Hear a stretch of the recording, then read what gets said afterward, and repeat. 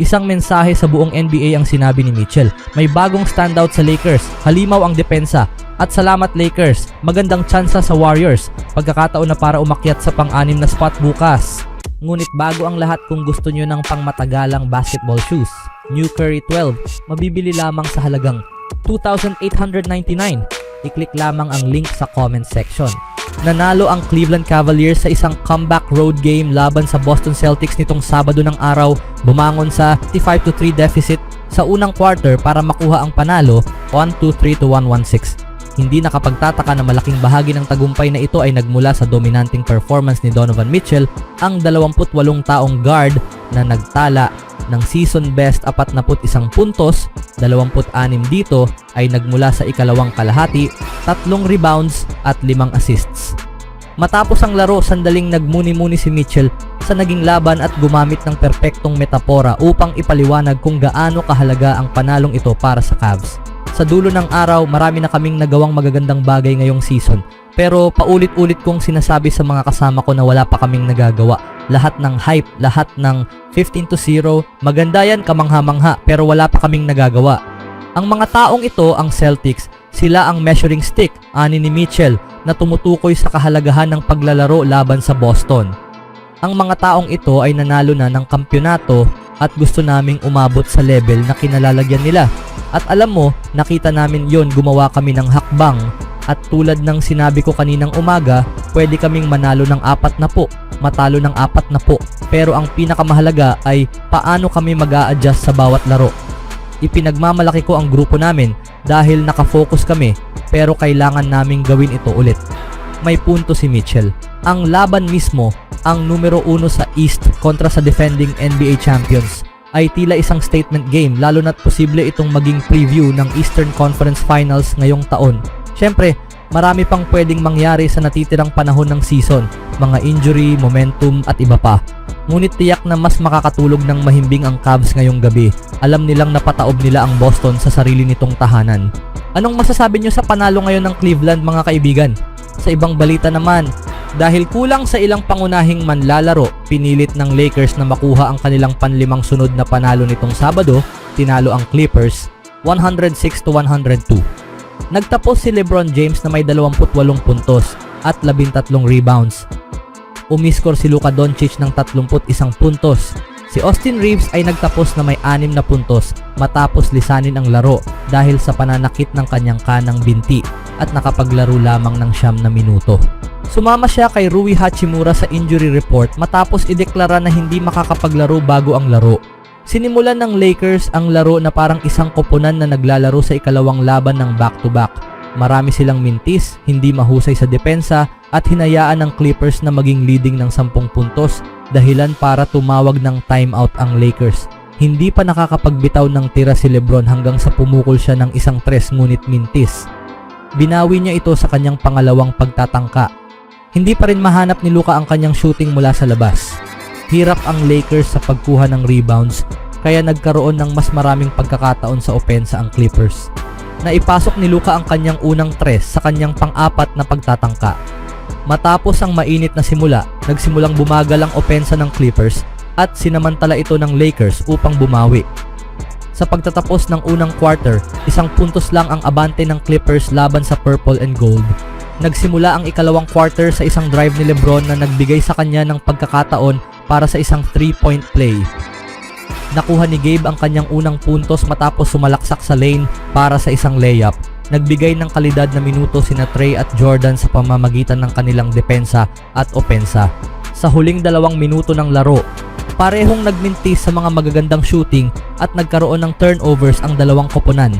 Binawi ni Luka ang ilang pagkakamali ng Lakers sa pamamagitan ng pag-agaw ng bola mula sa Clippers at ipinasa ito kay LeBron para sa isang fast break layup.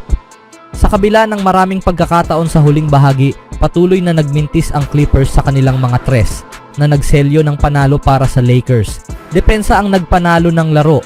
Ang Lakers ay patuloy na nagpapakita ng matibay na depensa sa tamang mga sandali sa bawat laban. Isang pagpapahalaga kay Trey at Jordan para sa kanilang walang tigil na enerhiya, pagsisikap at dedikasyon. Nagbigay sila ng mahahalagang minuto tuwing tinatawag ang kanilang pangalan. Sinagot nila ang hamon sa pagkawala ni Rui Hachimura at maagang pagkawala ni Austin Reeves sa laro. Karapat-dapat din ng papuri si Jared Vanderbilt. Nagbibigay siya ng kanyang karaniwang mahusay na enerhiya at depensa mula sa bench. Nagdadala siya ng init sa bawat laro at nakakadistract sa mga kalaban. Malaking bagay ito para sa koponan. Ang susunod na laro ng Lakers ay laban muli sa Los Angeles Clippers sa Lunes. Sa sumunod na balita naman, may dala ng 9 na sunod-sunod na pagkatalo. Ang Philadelphia Sixers ay kinakaharap ang agarang at pangmatagalang problema sa kanilang pagsisikap na buhayin muli ang kanilang season. Bukod sa kailangang harapin ng Sixers ang nag-aalab na si Stephen Curry at ang bumibisitang Golden State Warriors sa linggo ng araw, natuklasan din ng Philadelphia nitong Sabado na hindi na makakabalik si Joel Embiid ngayong season dahil sa patuloy niyang problema sa kaliwang tuhod. Pumasok ang Sixers sa Sabado bilang ika-12 koponan sa Eastern Conference, 2 pwesto ang layo mula sa play-in tournament berth. Hindi pa sila nananalo mula noong Pebrero 4. Noong Huwebes, nakipaglaban sila ng husto bago natalo sa home team na New York Knicks. Umiskor si Tyrese Maxey ng 30 puntos, ngunit may kabuang 12 sa 32 lamang ang kanyang shooting mula sa field at naging 0 sa 10 mula sa 3-point line habang patuloy siyang nahihirapan sa isang injury sa kanang daliri. Karaniwan sa aking shooting at ball handling, sagot ni Maxey nang tanungin kung paano siya naapektuhan ng injury. Hindi ko talaga madribble ng malakas tulad ng gusto ko, pero hindi ako gagawa ng anumang palusot. Kailangan pumasok ang ilan sa mga tira na yon. Nag-ambag si Kelly Oubre Jr. ng 27 puntos habang si Paul George ay may 25 puntos, 8 rebounds, 7 assists at 3 steals, ngunit may 7 ring turnovers. Sa kabila nito, matapang na lumaban ang Sixers ayon kay Maxey. Naglaro kami ng sobrang taas ng energy, aniya. Dinepensahan namin ng maayos ang bola, naglaro kami bilang isang team, naglaro ng mabilis, nakagawa ng mga shot, pumasok sa loob at nakapuntos. Ganyan dapat maglaro ng basketball. Sa pagsisimula ng aksyon ngayong Sabado, ang Warriors na may 5 sunod na panalo ay kalahating laro lang ang agwat sa Los Angeles Clippers para sa pang-6 na pwesto sa Western Conference standings, na may Curry na nangunguna gaya ng inaasahan. Pinakahuli sa panalo laban sa host team na Orlando Magic noong Biyernes, sumabog si Curry sa kanyang season high na 56 na puntos kasama ang 12 3-pointers. Halos kasing dami ng kanyang mga kakampi ang kanyang puntos, 65, at nagtapos siya ng 44 na puntos na lamang sa susunod na pinakamataas na scorer ng Warriors na si Draymond Green na may 12 puntos. Nasasanay na kami rito, sabi ni Golden State coach Steve Kerr tungkol sa kagilagilalas na laro ni Curry. Palagi na lang naming nakikita ito pero hindi kailanman nakakasawang panoorin. Nagkaroon ako ng konting momentum sa unang kalahati at nagsimulang maramdaman ng energy, sabi ni Curry. Para manalo kami sa larong ito, kinailangan ng lahat ng puntos na yon. Si Curry na magdiriwang ng ika-37 kaarawan sa Marso 14 ay patuloy pa ring naglalaro sa mataas na antas. Kasalukuyan siyang may average na 24 na puntos, 6 na assists at 1 steals per game. Ito na ang huling paghaharap ng Sixers at Warriors ngayong season. Noong Enero 2, tinalo ng Golden State ang Philadelphia sa kanilang home court 139-105. Nag-shoot si Curry ng perpektong 8 of 8 from the 3-point range at nagtala ng 30 puntos. Ang laro ko ay sumasalamin sa kung paano kami lahat naglaro, ani Curry noong araw na iyon. Ito ay isang magandang klase ng basketball dahil sa pagkatalo ng LA Clippers laban sa LA Lakers ngayon.